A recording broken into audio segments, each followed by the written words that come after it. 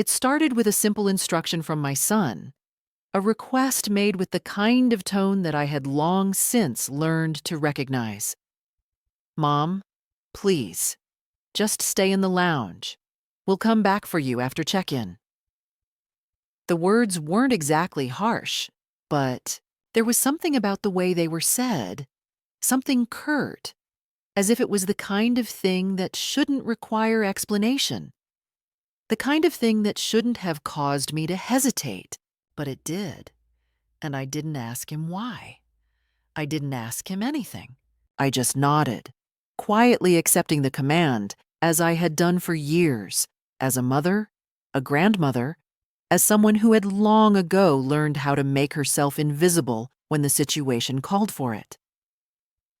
I had no choice but to comply. I watched as Adam and his wife Lisa hurried off, walking swiftly toward the check-in counter with the kids in tow, their heads buried in their phones as if I didn't exist. That was the moment I realized something was wrong, but I couldn't put my finger on it right away. It wasn't the words. It wasn't even the way they told me to wait. It was the feeling, a feeling I had experienced in bits and pieces over the years, but never quite like this. I found my seat in the airport lounge, a dusty potted plant nearby, a flickering television tuned to a weather channel that seemed to have no real purpose other than to make noise. I was wedged between a crying toddler and a businessman typing furiously on his laptop. And I sat there for hours. Time passed in slow, steady increments, each tick of the clock amplifying my sense of being forgotten. At first, I tried to occupy myself, flipping through a magazine that seemed too bright and too loud, a stark contrast to the growing quiet in my mind. But it wasn't long before I started to notice the same thing. No one seemed to care. No one looked at me, not even the attendants behind the counter. I was just part of the furniture, as ordinary and as invisible as the walls themselves. It was 9:15 a.m. when they told me to stay in the lounge. It was 5 p.m. when I finally realized what had happened. By then, I had stopped trying to hold on to any hope that things would turn out differently. By then, I had sat in that uncomfortable chair for hours, waiting for them to come back, convinced that they were just busy, that they had forgotten me for a moment, but would soon return. The airport buzzed around me, the sounds of announcements, the shuffle of feet, the hum of distant conversations. But I remained stationary, a quiet observer in the midst of a world that didn't notice me. I didn't feel tired. I didn't feel angry. I simply felt nothing. When I finally stood up and approached the front desk, I could feel the weight of the moment pressing down on me. But still, I said nothing. I asked the clerk to page Adam. She hesitated before tapping her keyboard, her fingers slow, deliberate. I watched her closely, my heart thudding softly in my chest, the noise of the airport fading away as she typed his name into the system.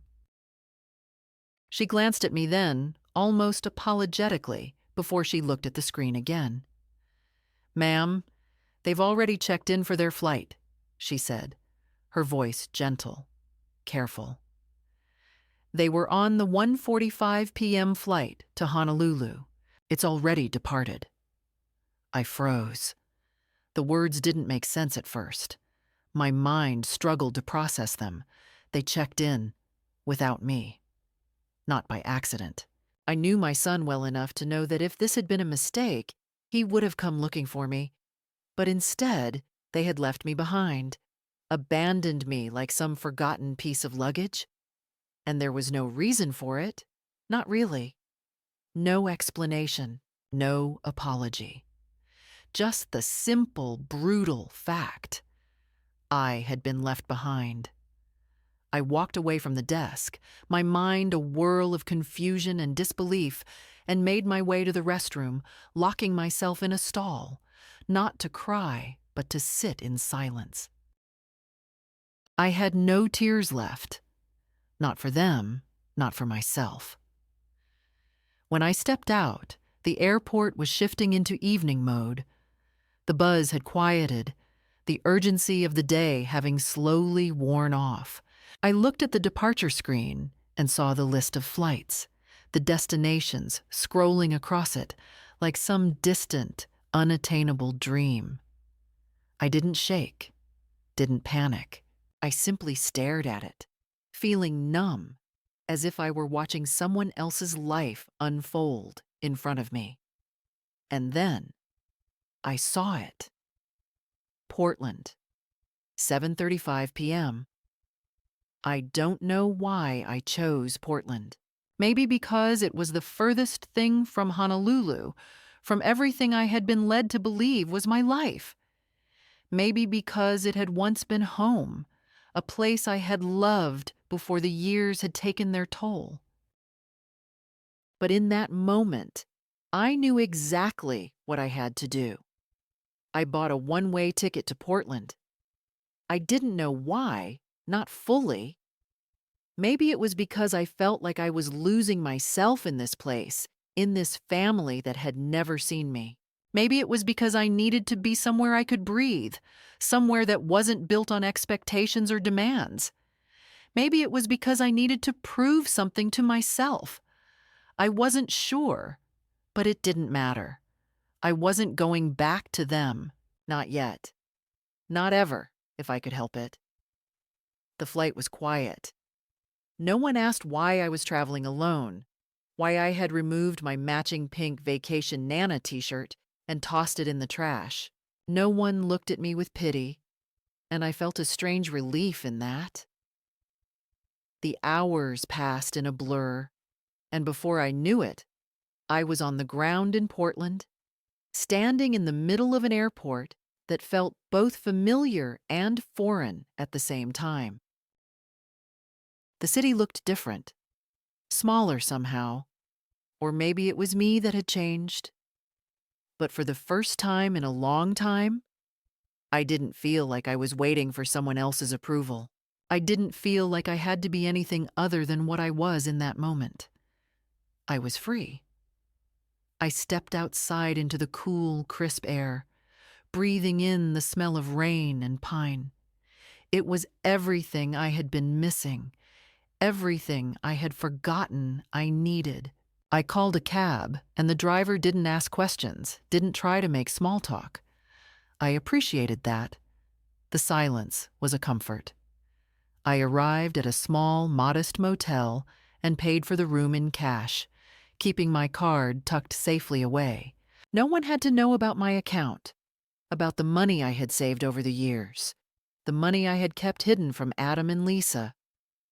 The room was small, but it was mine. The bed was simple, the walls plain, but it was a space that didn't ask me to be anything other than what I was. I spent the night there, not sleeping, but thinking about how I had been treated, about how I had allowed it, about how I had never questioned it until now. And then, in the quiet of the room, I made a decision. I would not go back. I would not go back to them. I would not let them decide who I was anymore. In the morning, I ventured out into the neighborhood, the cold air biting at my skin, but somehow refreshing. I walked down the streets, looking at the houses, the shops, the people. It was strange, unfamiliar, but it was mine. I didn't know anyone here, but I didn't feel like I needed to. For the first time in my life, I felt like I belonged to myself, and that was enough. It wasn't until I returned to the airport the next morning, standing near the gates with a cup of weak coffee in hand, that the enormity of what had happened really hit me. The terminal was bustling with people, families reuniting, business travelers hurrying to their gates, children running around with balloons. And yet, I felt like I was in another world, a world where I didn't belong. I looked at the people around me, but none of them knew what had happened. None of them knew the pain of being left behind by the people who were supposed to love you. And that was the thing that stung the most. It wasn't just the fact that they had gone without me. It wasn't the empty seat on the plane or the fact that they were somewhere warm while I was left in the cold of an unfamiliar city. No, it was the realization that they had done it so easily, as if I were an inconvenience, a problem to be dealt with. It was as if, for all these years, I had been playing the role of the dutiful mother and grandmother. But once I no longer fit into their carefully constructed image of family, they had no use for me. I couldn't bring myself to call them, not yet. I couldn't bear to hear Adam's voice, the one he used when he was trying to control the situation, the voice that didn't ask for my opinion, that didn't care what I felt. I knew it would be filled with excuses, with that same clipped tone, that, "I'm sorry, Mom, but we just didn't have time" excuse that had been so familiar to me over the years. They would tell me it wasn't personal, that they had just been caught up in the stress of travel. But I knew the truth.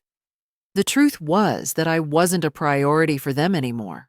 I had been a priority once when they needed help with their bills, when they needed someone to watch the kids while they worked.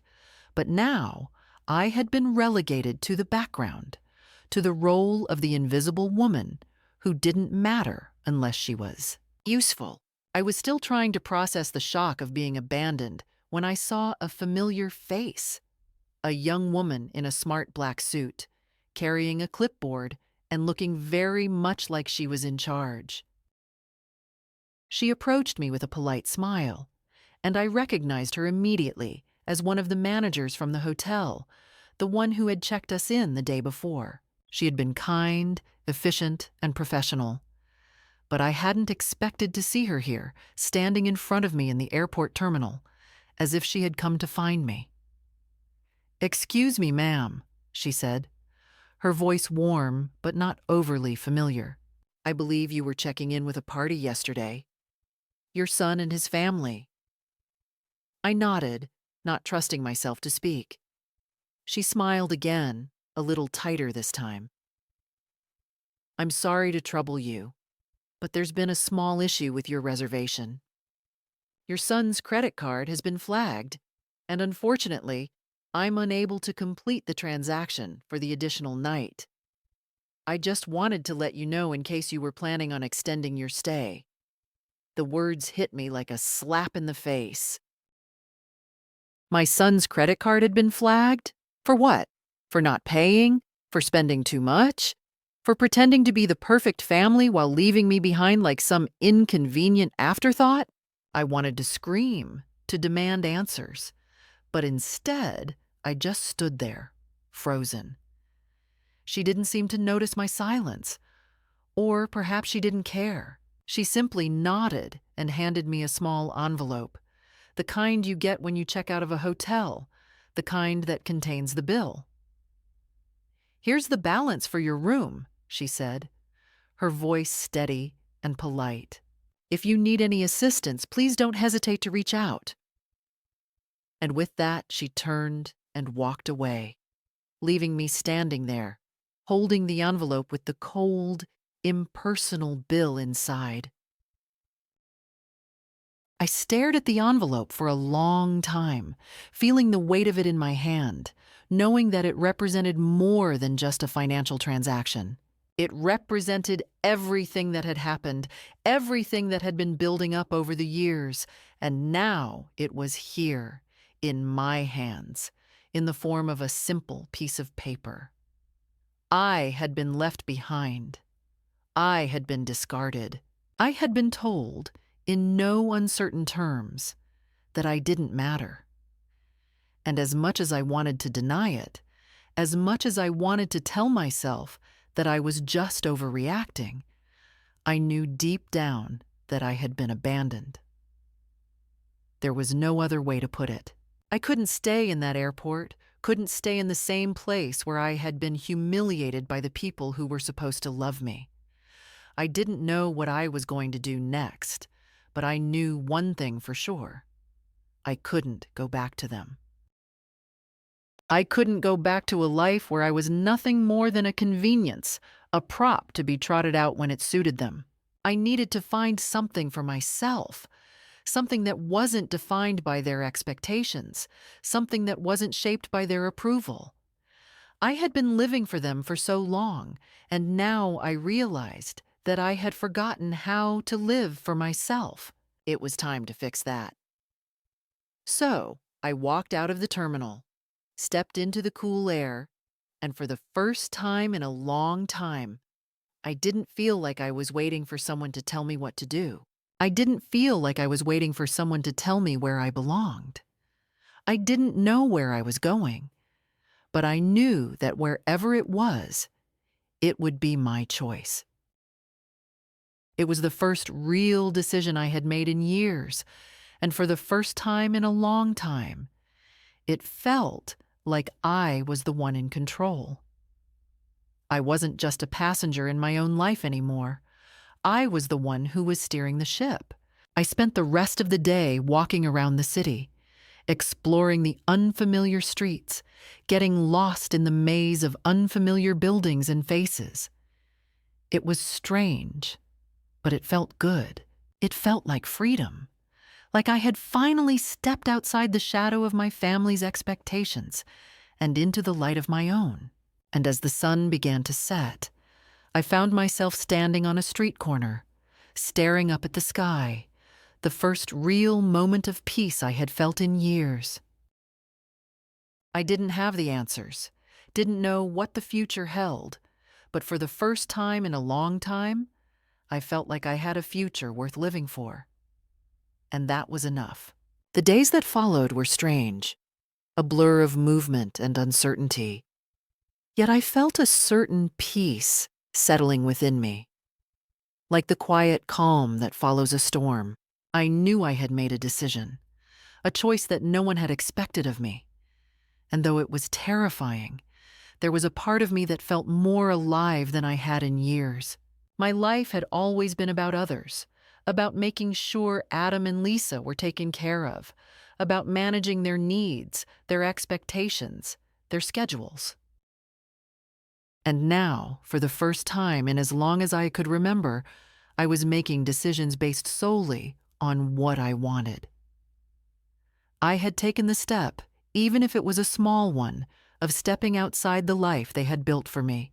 But I had no idea just how much that decision would shake the foundation of everything I had ever known. It wasn't until the phone rang that the full weight of what I had done began to sink in.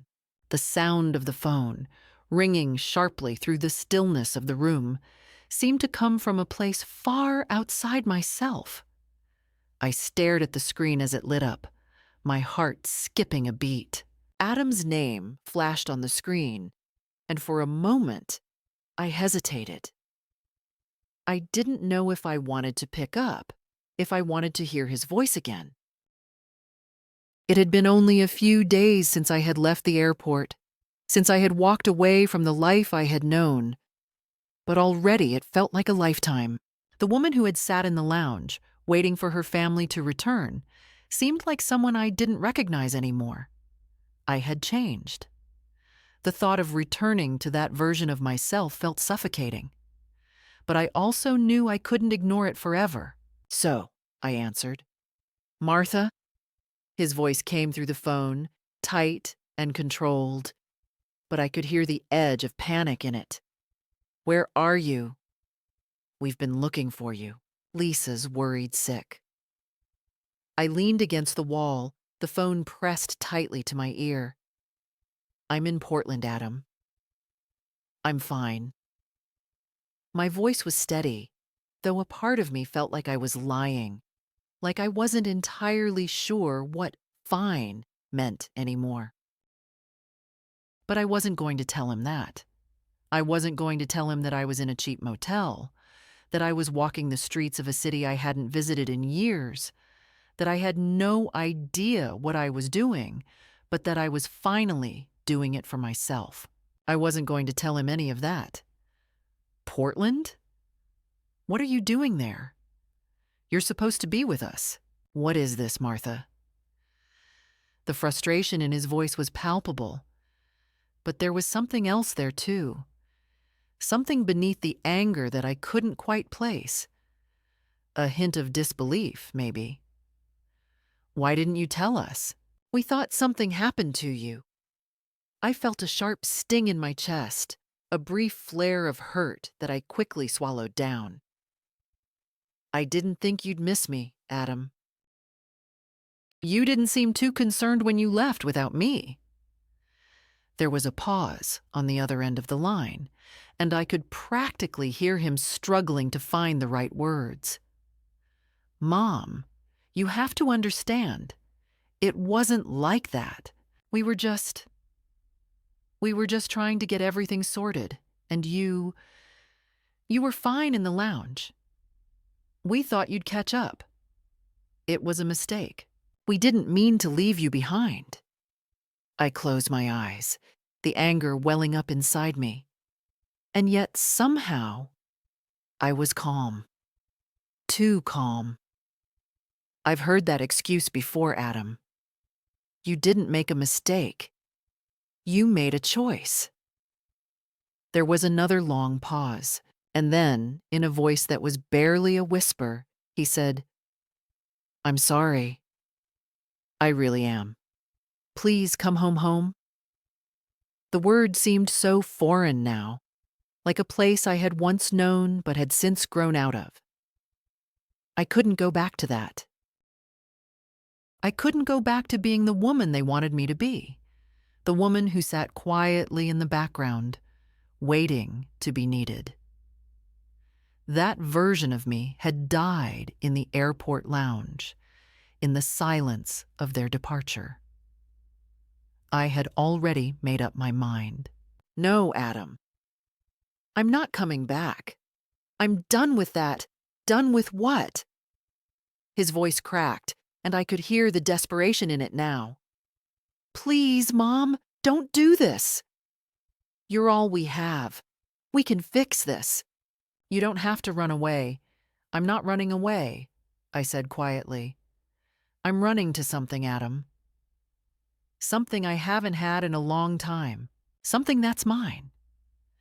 There was a long silence, and I could feel the distance between us growing, stretching farther than the miles that separated Portland from Wilmington. Finally, he spoke again, his voice low and defeated. I don't understand, Mom. I don't understand any of this. I know you don't, I said, the words coming out softer now, not as sharp as before. But one day, maybe you will. And then I hung up. I didn't say goodbye. I didn't need to. I stood there in the quiet of the motel room, the phone still in my hand, staring at the empty space before me. The conversation had left me hollow, yet somehow, at the same time, I felt more certain than I had in years. I had made the decision. I had taken the first step toward something that was just mine, and no matter how much Adam or Lisa tried to pull me back, I wasn't going to let them. I wasn't going to let them control me anymore. The next few days passed in a blur of quiet reflection and the constant hum of life around me. I explored Portland slowly, carefully, as though I were a stranger in my own skin, trying to reacquaint myself with who I was without the roles of mother, grandmother, caretaker. I visited the old neighborhood, wandered through streets that used to be familiar, only to find that they had changed, just as I had. The faces were different, the buildings newer, the air somehow fresher, but something about the place still felt like home. Or perhaps it was the idea of home that I was chasing, the memory of it. I didn't know. What I did know was that for the first time in years, I felt like I was walking with purpose, even if I wasn't entirely sure where I was going. I found a small coffee shop tucked away on a quiet corner and walked in. The smell of fresh coffee and baked goods filled the air, and for the first time in days, I felt a smile tug at my lips. The woman behind the counter greeted me with a warm smile, and I ordered a cup of coffee, black, just the way I liked it. As I sat down at a small table by the window, I couldn't help but think of Adam, of Lisa, of the family I had left behind. I wondered if they were looking for me, if they even cared. And then I remembered something. I didn't need their approval anymore. I didn't need to be found. I had already found myself. As the days passed, I began to settle into a rhythm I had not known in years. The city, with its small shops and quiet streets, seemed to wrap itself around me, offering a kind of anonymity I had never experienced before. It was as if the past had become a distant memory, blurred and faded, and I was no longer the woman who had spent her days in the background, waiting to be needed. I had no more obligations, no more demands. For the first time in a long time, I was simply existing for myself. And though it was frightening, there was also a strange sense of peace that came with it. I was free, and with that freedom came the possibility of something new.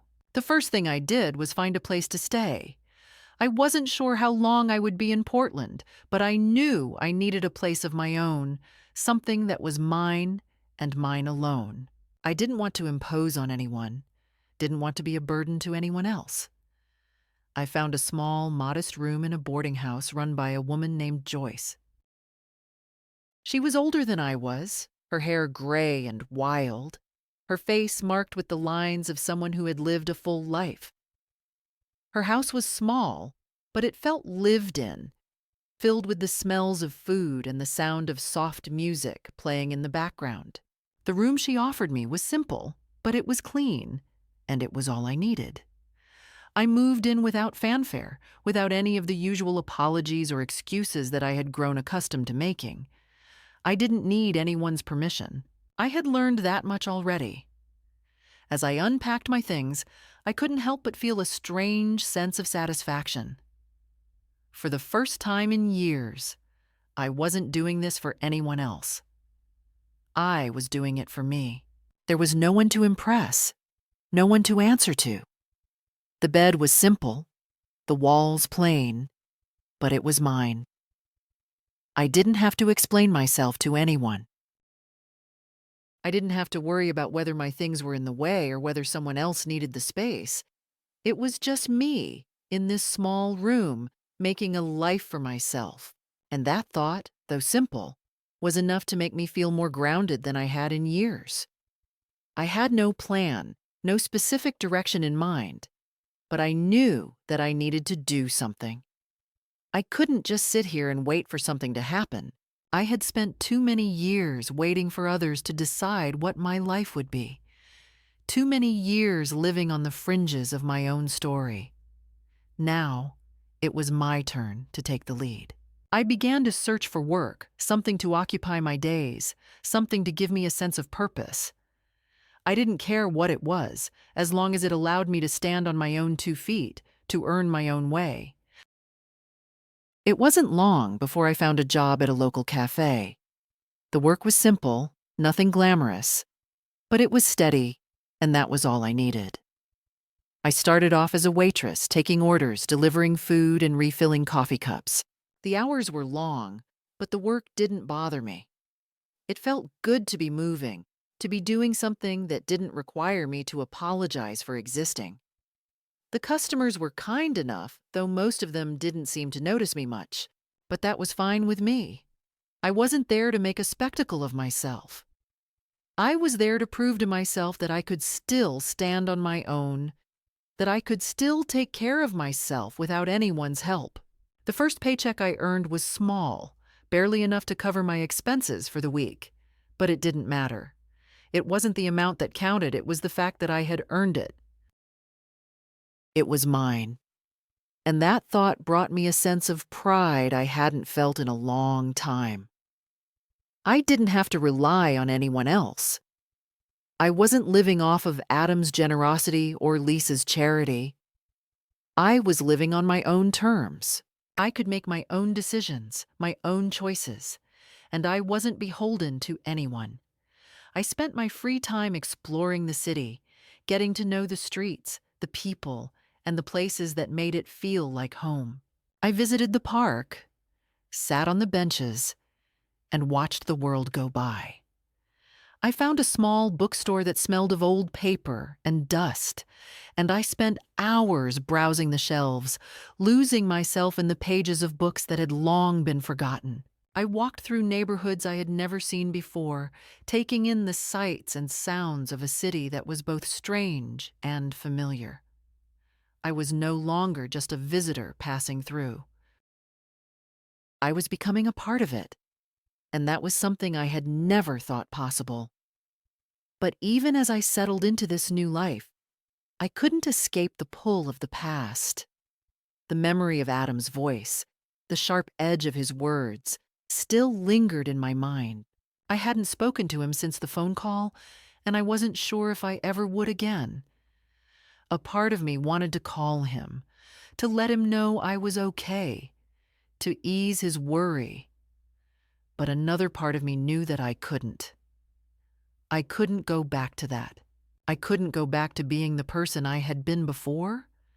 I had made my choice, and I had to live with it. But then, just as I was beginning to feel like I was truly starting over, something unexpected happened. I received a letter. It wasn't from Adam, but from Kieran, my grandson. The letter was short, just a few lines, but it was enough to make my heart skip a beat. "Grandma," it began, "where are you? I miss you. Dad and Lisa are freaking out. I've been checking every day. Please let me know you're okay." He included a phone number at the bottom, a new one I didn't recognize. I stared at the letter for a long time, feeling a lump form in my throat. It had been so long since I had heard from Kieran, so long since anyone had asked about me. It felt like a small lifeline in a world that had seemed so cold. I didn't call him right away. Part of me wanted to hear his voice and know that he was okay. But another part of me wasn't ready. I wasn't sure if I could face the people who had left me behind, who had forgotten me when it was most convenient. But Kieran's letter reminded me of something important. I wasn't completely alone. I still had family, still had people who cared. And that thought, though it brought a small amount of comfort, also stirred something inside me. A reminder that maybe, just maybe, there was a way back to them. But for now, I didn't know if I was ready to take that step. I tucked the letter into my drawer, alongside the others I had received over the years, and I didn't think about it again. Not for a while, but I knew, deep down, that it was a choice I would have to make eventually, and when the time came, I would make it. But for now, I was content to let the days pass, to enjoy the quiet of my new life, and to be reminded of what it meant to stand on my own. It had been 2 weeks since I received Kieran's letter, and still, I hadn't decided what to do about it. I had thought about calling him, but each time I picked up the phone, I felt a knot tighten in my chest, as if the weight of everything I had left behind was pulling me back. I knew, deep down, that it wasn't just about Kieran. It was about the entire family, about the years I had spent being forgotten, being the afterthought, the one who had always been there but never truly seen. I had made my decision to walk away from them, to step into a new life that was mine and mine alone. But the truth was, I still didn't know how to handle the pull of the past, the way it kept creeping up on me when I least expected it. I had settled into my routine in Portland, and it was a peaceful one. I woke up early every morning, went to work at the cafe, and spent my evenings walking through the city or sitting by the window in my room, reading or thinking. The quiet was both a balm and a challenge. It was everything I had needed, and yet there were moments when the silence felt like a reminder of what I had left behind. The noise of my family, their demands, their expectations was gone, and in its place was a space that I didn't know how to fill. I didn't regret my decision to leave them. Not at all. But the uncertainty of what came next loomed over me like a cloud that refused to dissipate. And then, one morning, everything changed. It started as a quiet knock on the door, the kind of knock you don't expect, but know you should answer. I hadn't seen Joyce in a while. She had been out running errands, as she often did, and I had been spending the afternoon in the small park across the street from the boarding house. When I returned, she was sitting on the porch, a cigarette between her fingers, a cup of coffee steaming on the table beside her. Her eyes were narrowed, and I could tell something was different. Something was coming. As soon as I stepped onto the porch, she looked up at me with a smile that didn't quite reach her eyes. And that's when I knew. She didn't need to say anything for me to understand. "You have a visitor," she said simply, her voice steady but not without a hint of caution. She didn't need to tell me who it was. I already knew. I froze in place, the words hitting me like a punch in the gut. The visitor could only be one person. Adam. It had to be. No one else in my family knew where I was. No one else would have tracked me down. My heart began to race, a mix of panic and dread sweeping through me. I hadn't expected him to find me, hadn't expected this confrontation to come so soon. I had thought, maybe naively, that I could slip away, that I could live my life quietly without ever having to face them again. But now, here he was, standing at my door. I didn't know what to do. My instincts told me to turn around, to run, to hide. But I stood there, rooted to the spot, too shocked to move. "Do you want me to tell him you're not here?" Joyce asked, her voice softer now, her gaze searching mine. She knew what I was thinking, knew how hard this moment would be for me. But she also knew that I couldn't hide forever. I shook my head, my hand gripping the doorframe for support. "No," I said quietly. "I have to face him." I walked slowly to the door, my mind racing with 1,000 thoughts, none of them clear. When I opened the door, Adam was standing there, his hands shoved into the pockets of his jacket, his face drawn tight with anxiety.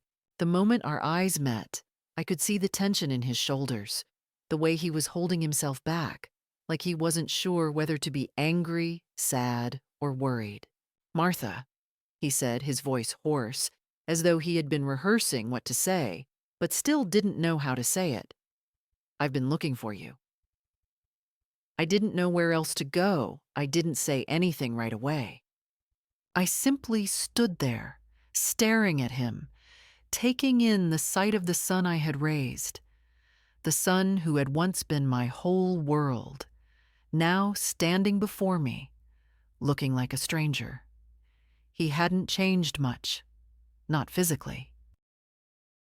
He still looked the same, tall, broad-shouldered, with the same square jaw and the same serious expression that he had always worn. But there was something about him now, something I couldn't quite place, that made me feel like I didn't know him at all. "Why are you here, Adam?" I asked, my voice steady despite the whirlwind of emotions inside me. "What do you want from me?" He looked at me for a moment, his eyes flicking nervously over my face, and then he sighed, rubbing a hand over his forehead. "I don't know what I want," he said quietly, almost to himself. I didn't think you would just leave like that, without saying anything, without telling me where you were going." "We've been worried sick, Martha. You can't just disappear." I felt a bitter laugh rise in my chest, but I held it in. "You didn't seem so worried when you left me in the lounge, Adam. You didn't seem to care then." His face faltered at my words, and I could see the guilt flash across his features, quickly replaced by defensiveness. "That wasn't the same thing," he said, his voice rising slightly. "We were just trying to get everything in order. It wasn't like that. You have to understand." "I didn't want—" "Understand?" I interrupted, the words coming out sharper than I intended. "You don't get it, do you? You never have. I'm not just someone who's supposed to wait around for you to get things in order. I'm your mother, Adam. I've always been here. But you've never seen me. Not really." His eyes widened slightly, and for the first time, I saw something flicker in his gaze. Something like regret, maybe. Or maybe it was guilt. I wasn't sure.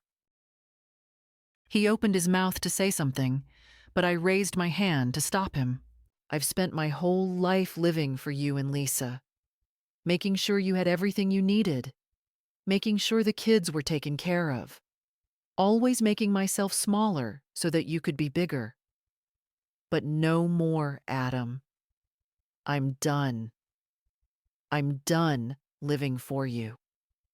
I'm living for myself now." The silence that followed was thick, suffocating. Adam stood there, staring at me, his lips pressed into a thin line, as though trying to find something to say, something that would make this all right again. But there was nothing he could say. There was nothing he could do to undo the years of neglect, the years of being invisible in my own family. "I don't know if you'll ever understand," I continued, my voice quieter now, more resigned. "But this is my life now. And I'm not going back to what I was before." He didn't respond at first, just stood there, looking at me, and for a moment, I thought maybe he understood. Maybe he had finally realized what he had done, what they had done. But then he spoke again, his voice tight with frustration. "Martha, you can't just shut us out like this. We're your family. We need you. You don't need me," I said, my words sharp, cutting through the air. "You need what I can do for you, what I can give you." "But that's not the same thing, Adam." "It never was." For a moment, he seemed to shrink in on himself, the anger and frustration draining from his face. He didn't know what to say. He didn't know how to fix this, and for the first time, I realized that maybe he never would. "I'm sorry," he muttered, his voice low and hoarse. "I didn't mean to hurt you." I don't know what to do." "You've done enough," I said quietly, closing the door softly in his face. I didn't need to say anything more. The door was the final word. I leaned against it, my heart pounding in my chest. And for the first time in years, I felt like I was free. The days after Adam's visit were a quiet blur of uncertainty.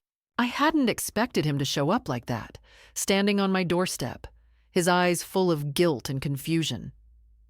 But once I had closed the door between us, I knew it was a point of no return. I had made my choice. I had taken the step. And no matter how difficult it was to face, I couldn't go back. The weight of the decision settled on me like a quiet, insistent pressure, and I knew I had to keep moving forward.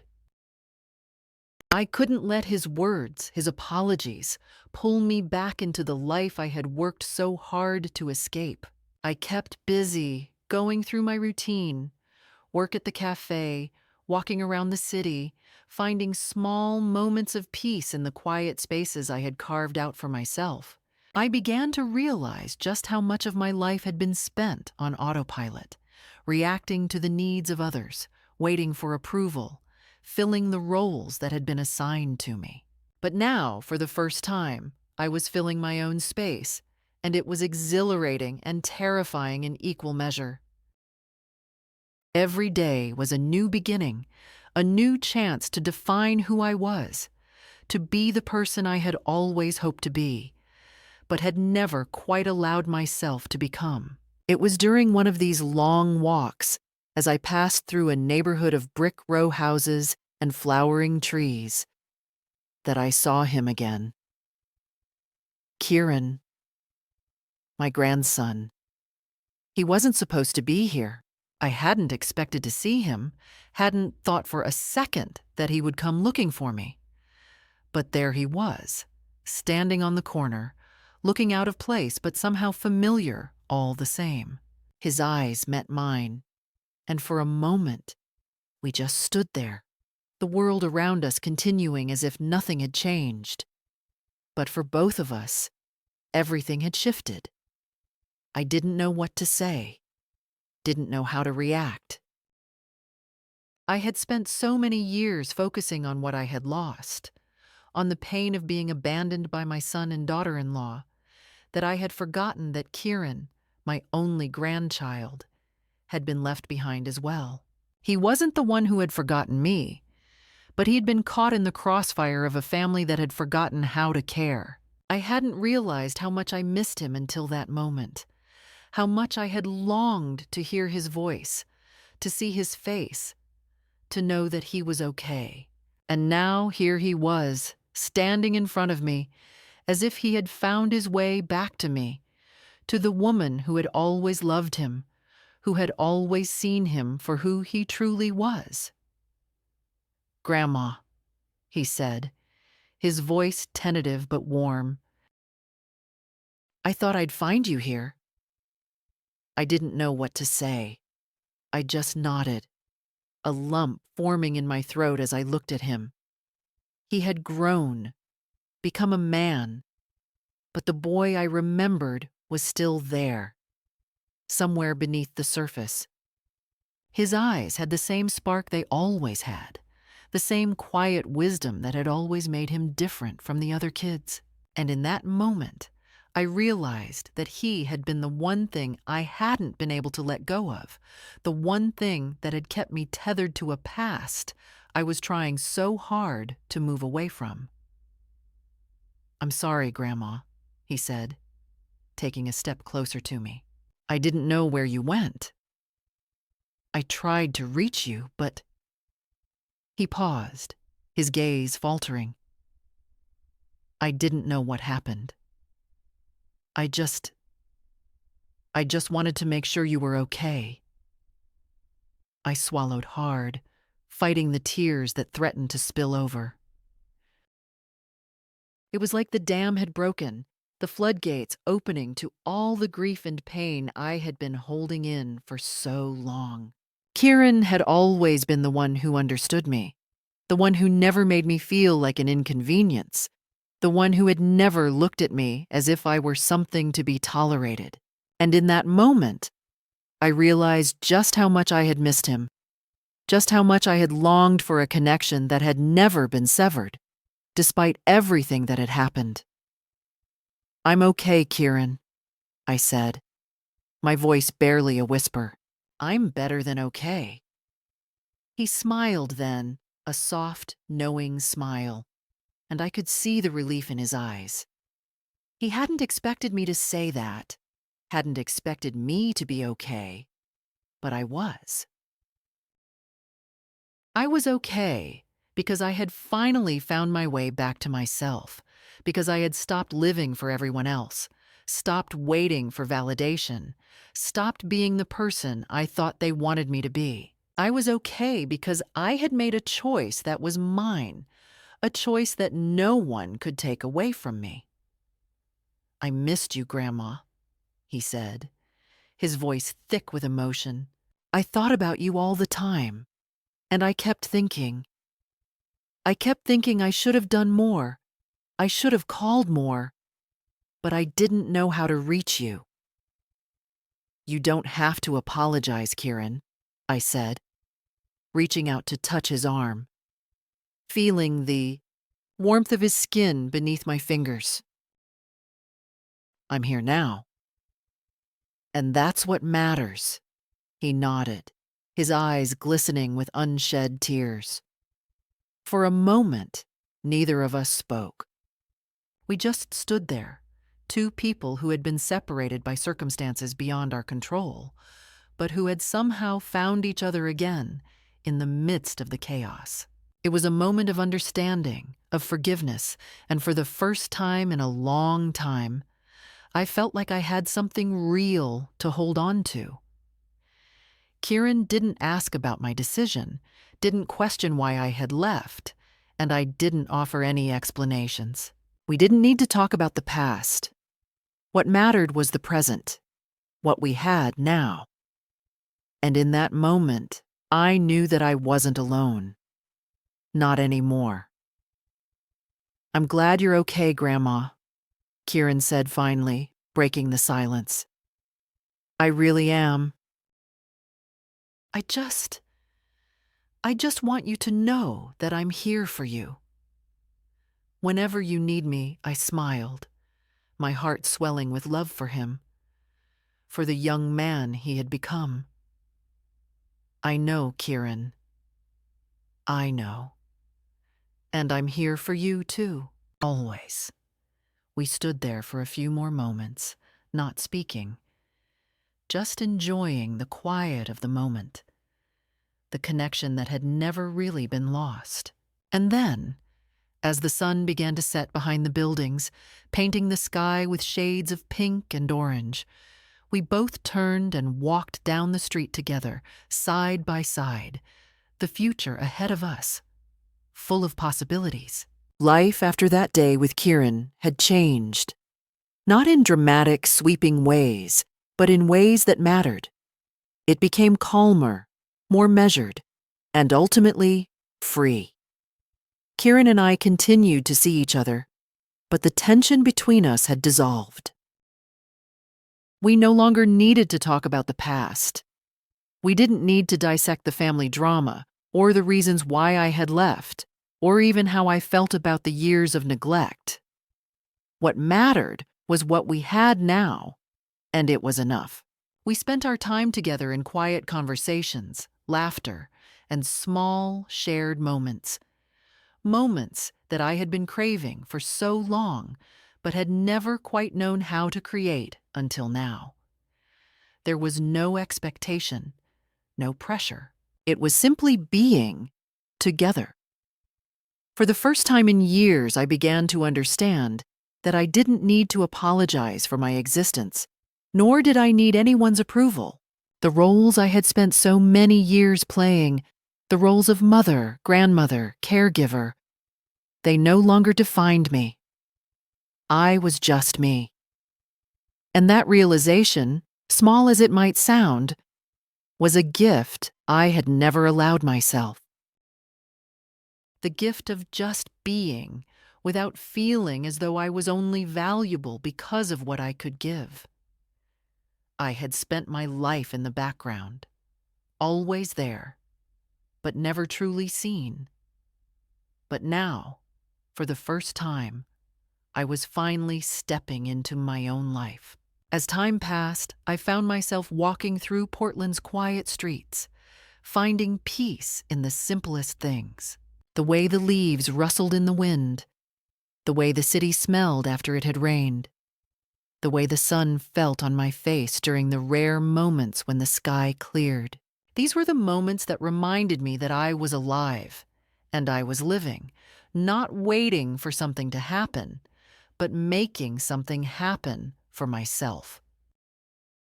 I had been afraid of what would come after I left everything behind, but now I saw that the future was simply an extension of what I had already chosen: peace. I wasn't waiting anymore. I wasn't waiting for a phone call from Adam or from anyone else. I was just living as I should have been all along. Then, one evening, as I walked back from the cafe, I saw him again. Adam. He was standing near my building, his posture stiff, his face pale under the streetlights. I didn't need to ask why he was there. I already knew. He was looking for answers. I took a deep breath, the weight of what this moment meant pressing against me. I hadn't expected this. I hadn't expected him to come after me, but deep down, I knew it was inevitable. He was my son, after all. And no matter how much distance I put between us, the ties were still there, invisible threads pulling us back to each other. For a moment, we just stood there, silently observing each other. I could see the exhaustion in his face, the weariness in his eyes, the same weariness I had carried for years, but had only just learned to shed. He had always been the one to take, the one who never seemed to see me as more than a resource, a support. But now, for the first time, I saw him as a man, flawed, searching, and in pain. And for a moment, I felt a flicker of something in me, something I hadn't allowed myself to feel in a long time. Sympathy. "Martha," he said, his voice barely audible, breaking the silence between us. "Can we talk?" I didn't know what to say. The anger and frustration I had felt before had faded, replaced by something more complicated.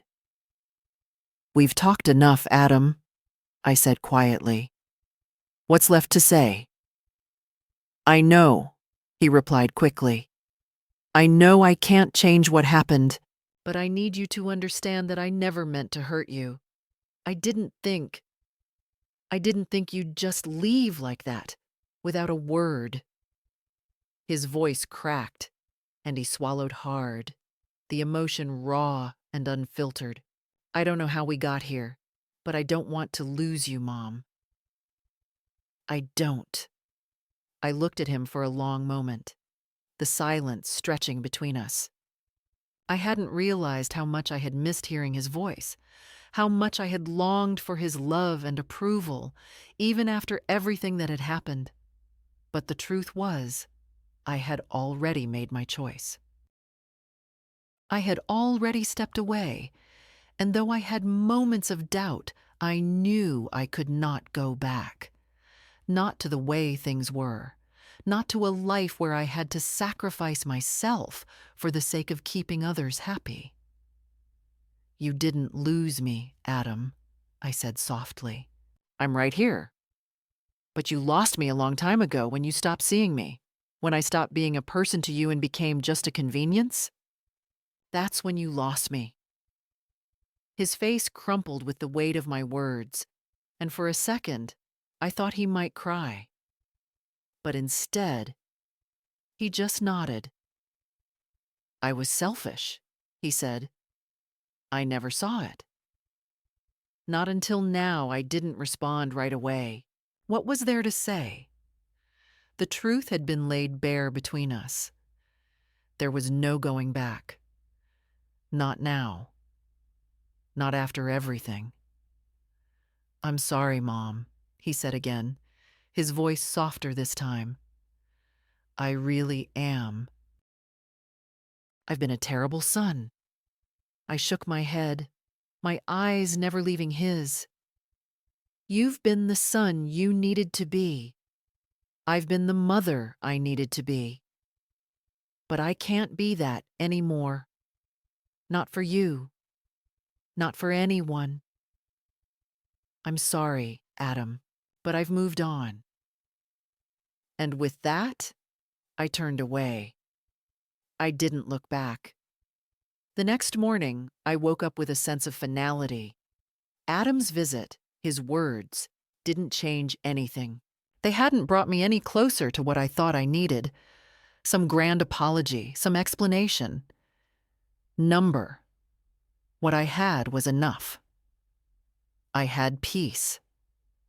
And that peace had come from within. I had left the past behind, and with it, all the people who hadn't seen me, who hadn't respected me, who hadn't understood what it meant to truly be loved.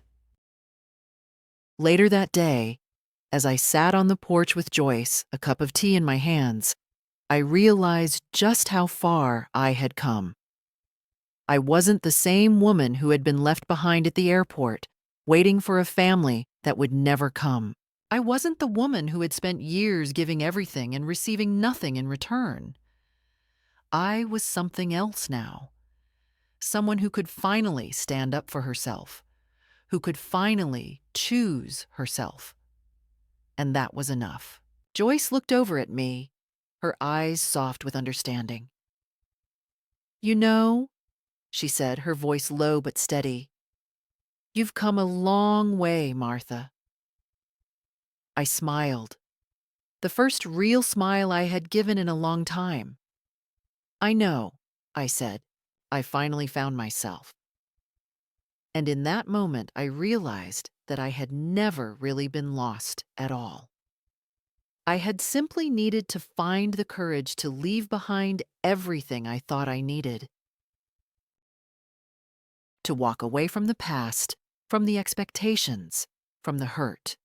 And in doing so, I had found something better, something real, something that was mine,